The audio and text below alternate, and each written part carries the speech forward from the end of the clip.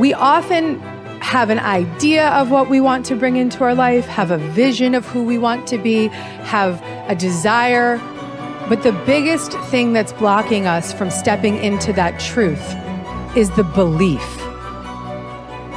Now, if these negative beliefs are very strong in you, then how can you possibly create a loving, joyous, prosperous, healthy life? Somehow your subconscious beliefs would always be contradicting you and making sure you do not obtain your goals. I find that resentment, criticism, guilt, and fear cause more problems in our bodies and in our experiences than anything else. These feelings come from blaming others and not taking responsibility for our own lives. You see, if we are all responsible for everything that happens in our lives, then there is really no one to blame. Whatever is happening out there is only a mirror of our own inner thinking. When we have a problem, a difficulty, a struggle that is located inside, and we're looking for the solution outside, someplace outside of ourselves. It would be like going to the doctor and telling him all of your symptoms. And the doctor says, oh boy, you've got a lot of symptoms. And he starts writing out prescriptions. You need a prescription for this symptom, you need a prescription for that symptom. And finally, he gets this 4 or 5, and you go to walk out, and you say, well, I'd like my prescriptions. He said, no, I'll give this one to your mother-in-law, and I'll give this one to your neighbor, and I'll give this one to your daughter, and I'll give this one to your father. And, I mean, you're the one with the struggles and with the difficulties, expecting somebody else to change or something outside of you to get better in order for you to make your life work is something you have to really take a hard look at. It's in here. We have to feel love for ourselves and love for life in order for us to have love in our life. And so then to instruct people how to teach their body emotionally how that future could feel like before it's made manifest. If they do it properly, their body as the unconscious mind begins to believe it's living in that future reality in the present moment. And they're beginning to signal new genes in new ways that begins to change their body to look like the event has already occurred. Yeah. So we need new ways of thinking, new ways of living, and it comes down to something very simple. The most simple is about love. The bottom line, do we love ourselves enough to live our lives in a way that gives our bodies what they need to do what they know how to do really well? Do we love ourselves enough to live and to think in a way that allows the best version of ourselves and the best versions of our families and communities to come forward? So when you stand in this place of knowing that if this time-space reality has created within you a desire for something, this time-space reality will deliver the goods to you. So when you stand in that knowing and then you couple it with your belief in your righteousness or worthiness to receive it. When you're putting in a wish and a desire, put it in as if you already have it. I am healthy. I am a good relationship person. I have a great job. What's that? I say, it's like I already have it. And yet most people don't have it. So they'll say, I want a great job. I want a great relationship. I want to be healthy. And I go, make a recording of those words. We just said that. I want to be healthy. Today, right now, Tuesday, we're going to make a recording. I say, now come back in 1 year and let's push the button on that recording. And we come back a year later and it says, I want to be healthy. I go, it's a whole year and you still want to be healthy? Still don't have it, right? You didn't say I am healthy. All you're emphasizing, I have a desire to be healthy. I want to be healthy. I have a desire to be healthy. And I go, you can have that desire the rest of your life. You're not going to get healthy. You want to be healthy, you say, I am healthy. But then you look and say, yeah, but in reality, I'm sick. And I go, no. The function of the mind is to take the program and turn it into reality. So if I am sick, but I put a program in, I am healthy, the mind looks, like, well, wait a second, the program is I am healthy, but the body is not healthy, so what's the function of the mind? Create health in the body. It doesn't change the program, it changes the body. And so the idea is this, every time we put a program in, it has to be as if you already have it, in spite of the fact you could be dying of cancer. I go, I am healthy.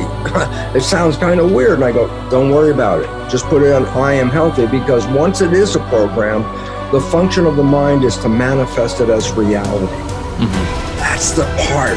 And so my little caveat, you brought it up, I'm emphasizing it, and that was simply this, that whatever you're downloading, you have to say it as if you already have it.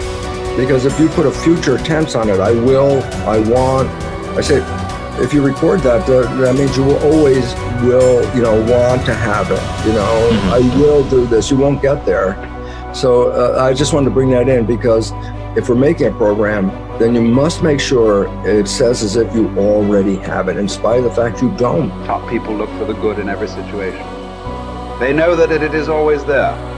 No matter how many reversals and setbacks they experience, they expect to get something good out of everything that happens to them. They believe that every setback is part of a great plan that is moving them inexorably toward achieving the great success that is inevitable for them.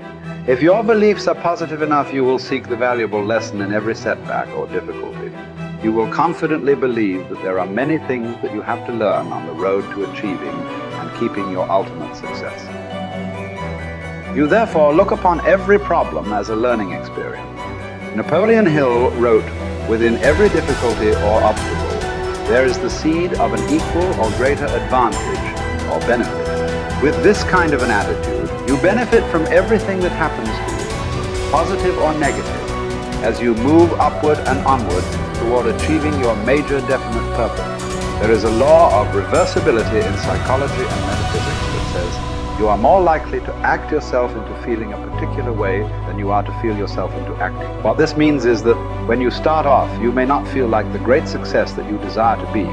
You will not have the self-confidence that comes from a record of successful achievement. You will often doubt your own abilities and fear failure.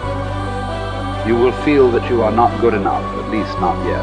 But if you act as if you were already the person you desire to be, with the qualities and talents that you desire to have, your actions will generate the feelings that go with them. You will actually act yourself into feeling the way you want to feel by the law of reversibility. If you want to be one of the top people in your business, dress like the top people, groom like the top people, organize your work habits the way they do.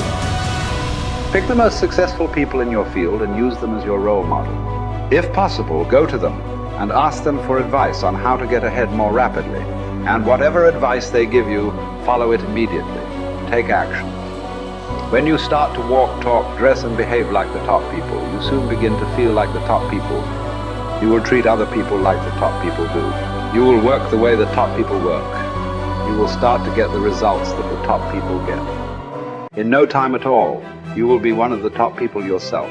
It may be trite to say fake it until you make it, but there is a lot of truth to it. Your main job in life is to create the mental equivalent within yourself of what you want to realize and enjoy in your outer world. Your focus must be on creating the beliefs within yourself that are consistent with great success you want to be in your outer world. You achieve this by challenging your self-limiting beliefs, rejecting them, and then acting as if they did not exist.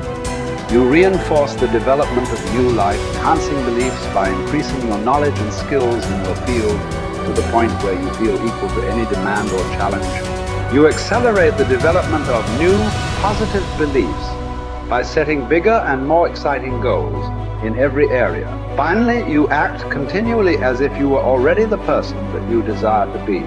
Your aim is to reprogram your subconscious mind for success by creating the mental equivalent in everything you do or say. Momentum develops the mindset. Momentum conditions the mind to confidence. Like just moving forward every day, even a small thing. If you just said, every day I'm gonna do 3 things to move my life forward, and you just did those 3 things every single day. Today I'm gonna do these 3 things to move my life forward. It could be sending an email, calling somebody, having that prospect meeting. It could be as simple as like, oh, okay, I'm gonna work towards this goal. I'm gonna finish this presentation. I'm gonna create this thing. Whatever it is for you, like do that thing. Maybe it's like, oh, today I'm gonna work out today. Great, you worked out. Your mind goes, I said I was gonna work out, I worked out. I developed a little more confidence because you were congruent with your intentions. See, action is what makes us congruent with our intentions, right? That old thing you've heard me say, if you've been studying my work for a long time, intention without initiative is just sorry hopes.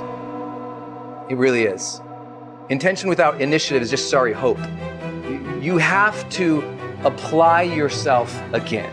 And I know you already know this. Listen, a lot of people watching this, you're already a confident person. Okay, what's the next level of action that will raise you up to the next level of success? What's the next level of action and bold decision making that will change your life? I know you might already be a confident person, so what's your next level of action? Well, Brendon, I already feel confident going up and talking to a person. Great, now go up and talk to 4 people. Good job. Okay, well, Brendon, I already feel good, trying to put out this message. Great, do it again, be more vulnerable. Oh, Brendon, I already feel good, I started the business and I built to this. Great, double the business, let's see you do it. So when you challenge yourself to take actions that are a little bit outside your pay grade, a little bit outside your comfort zone, and you actually follow through, congruence comes in and you go, I set that intention, it was hard, I took the challenge, and I made it happen. That's it. That's really, truly it.